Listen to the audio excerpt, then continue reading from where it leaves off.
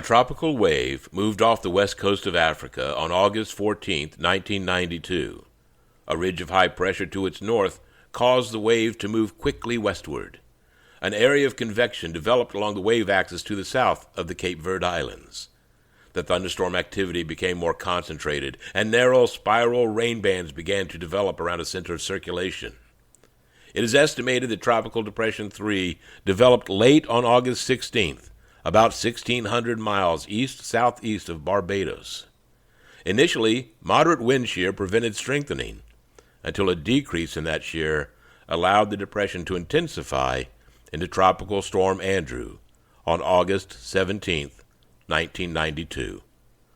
It was 7 days out from South Florida. Take a talk down memory lane with me, Bill Monty, as I recall the tale of Hurricane Andrew. Cue the music. Let's take a talk down memory lane, 'cause the stories around here are just insane. Pirates World, the Sporto and Wolfies do. Palm Beach to Key West, that's where we grew. These are the tales from South Florida for you, with your host Bill Monty. Andrew attained hurricane status early on August 22nd, about 650 miles east-southeast of Nassau in the Bahamas. The forecast that was issued about 6 hours after becoming a hurricane predicted the storm to make landfall near Jupiter, with winds of maybe 105 miles per hour, and on August 25th. This underestimated both the strength and speed of the storm, which would eventually make landfall further south. The forecast was off by about 90 miles in terms of where it would land, and it underestimated the winds by about 65 miles per hour. When it hit, Hurricane Andrew was spinning at about 165 miles per hour. That's not counting the wind gusts. At the time when Andrew was forecast to hit Jupiter, I began putting the storm shutters in place at our house in Davie. Neighbors told me I was a bit off. It wouldn't affect us at all. But I'd been watching the weather updates. The storm on the radar screen seemed to cover 3/4 of the state of Florida, and it was better safe than sorry. On August 23rd, what to do about Andrew was a moot point. It was heading right towards us. It had already been a roller coaster year for me and my family. My father had passed earlier in the summer, and the effect that this had on my mother was devastating. My wife was 8 months pregnant with my daughter. This would be the first major hurricane of my adult life. Adding a massive storm to the mix of everything else that had happened during the year was just the icing on the cake. Should we go to the hospital in case the baby decided to arrive early? Would the shutters hold? Would it hit Broward more than Dade? Palm Beach more than Broward? We didn't have the answer. And so we did what Floridians do. We got water. We filled the tub, we bought tuna fish, we checked the batteries and the flashlights, we placed candles, and we prepared for days of no air conditioning. But nothing could have prepared us for what actually occurred. Like most of South Florida, we were glued to the television while we had power, watching a storm make a star out of a local weatherman named Brian Norcross. When the power went, we turned on the radios. We tried to sleep. My in-laws stayed with us, sleeping downstairs, and that's how we found out that ants sometimes come pouring into a house during a storm, as they did crawling all over my in-laws. Outside, the wind howled. Huge drops of rain hit the house and shutters. It seemed as if the storm wouldn't stop. We waited for the eye to settle for peace and quiet, as brief as it would be. The radio was reporting massive damage already in areas on Biscayne Bay and Miami. Did they say a yacht was in a pool? Yeah, that happened.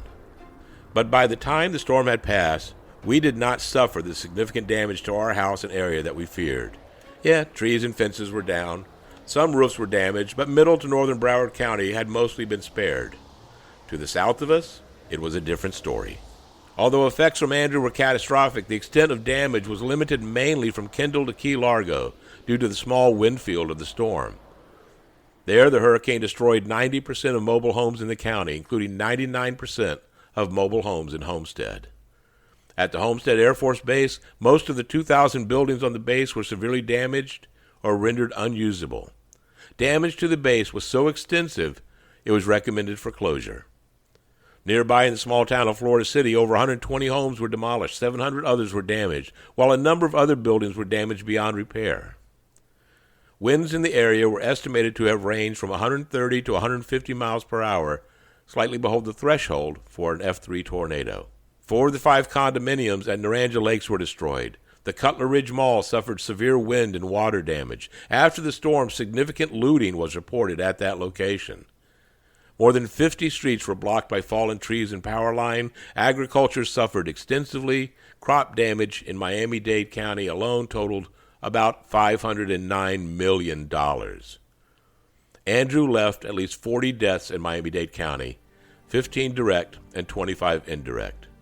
In Broward County, on the north side of the storm's path, damage in several municipalities was primarily limited to downed trees, several of which fell onto roads and power lines. Pembroke Park, one of the worst affected cities in Broward County, had approximately 260 mobile homes that were damaged. Storm surge left coastal flooding in some areas, especially along State Road A1A. In Everglades National Park and Biscayne National Park, more than 25% of trees were damaged or destroyed, including 1/4 of the royal palms. In addition to the damage at Everglades National Park, effects in Monroe County were significant, especially in the upper Florida Keys. Andrew was the most intense hurricane to strike the United States since Hurricane Camille in 1969, and the strongest tropical cyclone to make landfall in Florida since the Labor Day hurricane of 1935. The United States would not experience another landfall from a hurricane at Category 5 intensity until Hurricane Michael in 2018. For us, though, Hurricane Wilma in 2007 was a much greater storm, causing more damage to Davie and the surrounding areas than Andrew had. In the weeks that followed Andrew's landfall, our televisions were filled with scenes of people sitting in front of what remained of their homes, shotgun on their lap, waiting to scare off or wound looters trying to take what little they had. Hundreds of people would line up in parking lots that once held stores or strip malls just to get water. Occasionally riots broke out. Strangers and the National Guard would get lost trying to find where to go to give assistance because all of the street signs had been blown away. Months after Andrew hit, we drove down to the affected areas along the turnpike in Dade County. I was amazed. Not a tree stood. Almost no house stood in completion. There were a lot of signs of construction and of coming back to life. I remember I was working at the time at Miami-Dade Community College, and the person who was the head of our department lived in the area that was hit. And he told us the story of how he gathered his family into the downstairs bathroom and held on to that door for dear life. And the next morning, when they opened it, the only thing left of his house was that downstairs bathroom. And that's about all that was left of his entire block. Those are the types of stories that came out of Hurricane Andrew. The effect of it all was that a large part of the population moved north. They didn't have homes. They didn't have hotels. They had nowhere to go. So they moved into Broward County, causing a lot of Broward County residents to move further up north into Palm Beach County. It was an amazing time and event to live through. Were you here during Hurricane Andrew? What are your memories? Click on the link in the show description and send me a short text, and I'll share it in a future episode.